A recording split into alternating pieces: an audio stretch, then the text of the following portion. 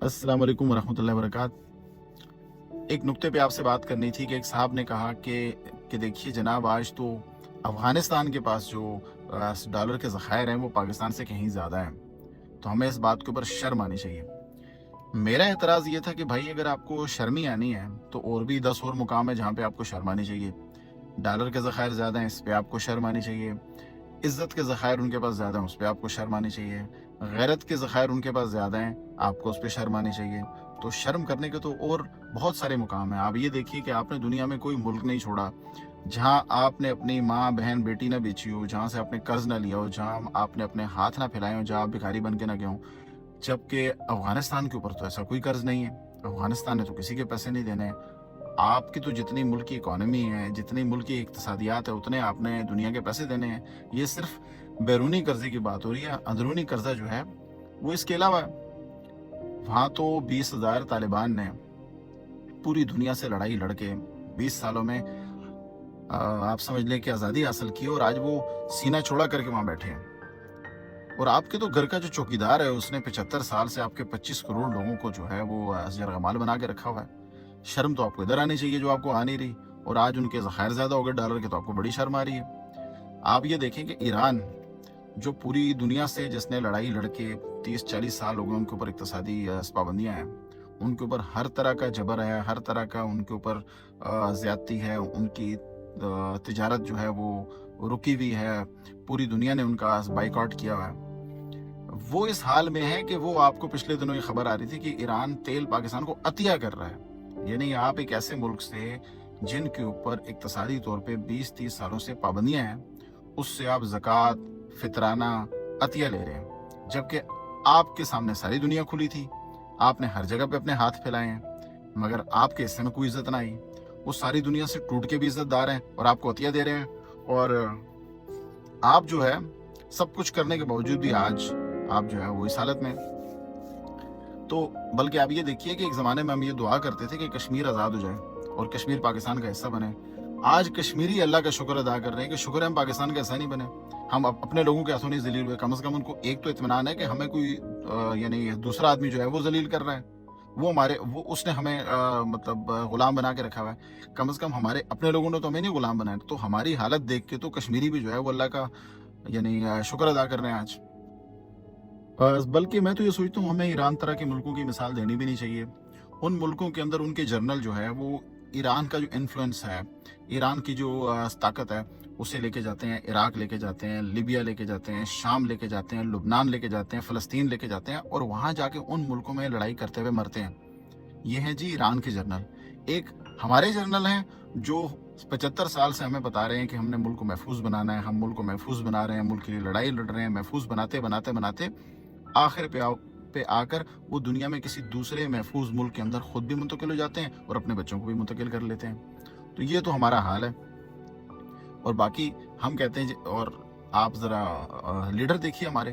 भाई लीडर वो होता है जो मुश्किल हालात के अंदर मुल्क न छोड़े, जो साथ खड़ा रहे, जिसके ऊपर जो भी मुसीबत आए, हमला हो, तकलीफ आए, वो मुल्क के अंदर रहे, लोगों के साथ खड़ा रहे, हर मुसीबत को बर्दाश्त करे, वो लीडर होता है। हमारे यहाँ कौन लीडर है जो थोड़े से मसले के ऊपर जेल से 1-2 दिन गुजार के भाग गया, कोई बहाना बनाकर, और फिर वो उस वक्त यानी वापस आएगा जब उसकी किसी के साथ डील हो जाए, जब हालात यानी मुवाफिक हो जाएं और जब मतलब हालात जो है वो साजगार हो जाएं, तब वो आएगा, वापस आएगा। और फिर बहुत सारे लोग ये कहेंगे भाई हमारा लीडर है, फिर उसको मुंतखब भी कर लेंगे, फिर उसको वोट भी पड़ जाएगा, फिर उसकी हिमायत को भी इस्टेब्लिशमेंट भी आ जाएगी, उसकी हिमायत को सारे इदारे भी आ जाएंगे।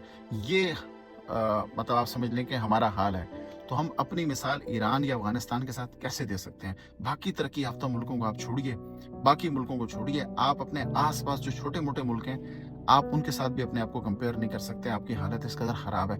बाज़ औक़ात लोग कहते हैं कि जी पाकिस्तान जो है वो श्रीलंका बन जाएगा। भाई श्रीलंका के लोगों में तो इतनी गैरत और शर्म है कि उन्होंने आग लगा दी थी बाहर निकल के, अपने वज़ीर-ए-आज़म को भगा दिया था, बाकी लोगों को भगा दिया था, वो तो निकल आए थे। वो 1-1.5 करोड़ लोग हैं, उनमें इतनी शर्म, इतनी मतलब गैरत है कि वो निकल आए थे। आपके साथ जो हो रहा है, आप कितना निकले हैं बाहर? आप आज भी अपने घरों में बैठे हैं, 25 करोड़ लोग हैं आप, तो आप अपनी मिसाल यानी श्रीलंका की भी नहीं दे सकते। भाईजान आपकी हालत इन सारे ममालिक से ख़राब है।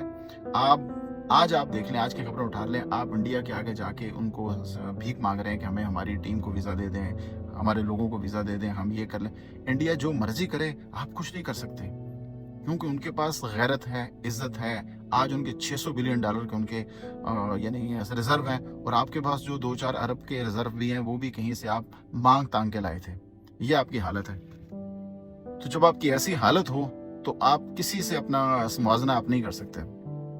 باقی یہ ہے کہ وہ جو ایک آدھ جو پاکستان کے اندر جو وزیر اعظم ہے، اس کی اہمیت یہ ہوتی ہے، اس کی حیثیت یہ ہوتی ہے، وہ اس بنیاد پہ پاکستان کا وزیر اعظم بنتا ہے کہ وہ دوسرے ملکوں سے جا کے کتنی اچھی بھیک مانگے گا۔ اور اب تو جو آپ کا وزیر اعظم ہے وہ ہے کہ جس کا پورا خاندان اشتہاری ہے، اور جیسے جیسے کر کے ایک اشتہاری وہاں سے واپس آ رہا ہے، وہ اس کے گلے میں پھولوں کا ہار ڈال رہے ہیں۔ ملک میں 3 ارب 4 ارب کی کرپشن ایک ڈپٹی کمشنر کر رہا ہے، اس کے اوپر کوئی بات نہیں ہو رہی، اور 2-4 کروڑ کی گھڑی ہے، وہ قانونی طور پہ گئی ہے، غیر قانونی طور پہ گئی ہے، اس کے اوپر اس طریقے سے ڈسکشن ہو رہی ہے کہ جیسے اس کو بیچ کے ہم نے جو ہے وہ IMF کا اور ورلڈ بینک کا مطلب قرضہ واپس کرنا ہے۔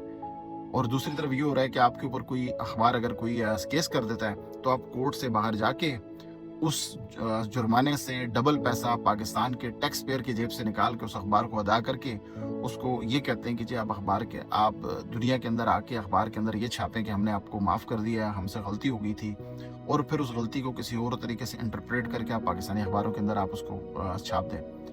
تو یہ بحیثیت قوم ہماری حالت ہے۔ تو ساتھ ساتھ آپ اوپر ایک ویڈیو دیکھیے جس میں بھارت کا وزیر خارجہ پوری دنیا کو مخاطب کر کے کہہ رہا ہے کہ اب پاکستان کا نام ہمارے نام کے ساتھ نہ لیا جائے، اب پاکستان کی وہ حیثیت نہیں ہے جو پاکستان کے کچھ عرصہ یعنی پہلے تھی۔ تو اب انڈیا اور پاکستان کو 2 مختلف ملکوں کے طور پہ دیکھا جائے، اور پاکستان کا نام اب انٹرنیشنل فورمز کے اوپر ہمارے ساتھ نہ لیا جائے۔ کسی ملک کی اس سے بڑی ذلت اور تضحیق نہیں ہو سکتی، مگر ہم لوگ ہیں آج بھی اپنی خاموشی سے بیٹھے ہوئے ہیں، ہمیں کوئی مسئلہ نہیں ہے، اور پھر ہم کہتے ہیں ہمیں شرم آنی چاہیے کہ افغانستان کے ذخائر ہم سے زیادہ ہو گئے ہیں۔ بہرحال آپ لوگ ایک حشرات الارض کی طرح یا حشرات الارض سے بھی بدتر ایک زندگی مطلب گزار رہے ہیں، اور حرام خوری ہماری قوم کا شعار بن چکا ہے۔ حرام خوری کے بغیر پاکستان میں رہنا اس وقت انتہائی دشوار ہو چکا ہے۔ پاکستان میں میرا نہیں خیال شاید ہی کوئی آدمی ہوگا جو اس لت سے بچا ہوگا، کیونکہ اس کے بغیر پاکستان کے اندر سروائیول انتہائی مشکل ہے۔ کہ بلکہ ایک زمانے میں نے ایک شعر کہا تھا کہ حرام کی سرائیت اہل وطن میں اتنی دور تلک جائے گی کہ اسے نکالو گے تو ساتھ میں سب کی روح تک نکل جائے گی۔ وما علینا الا البلاغ۔ بہت شکریہ۔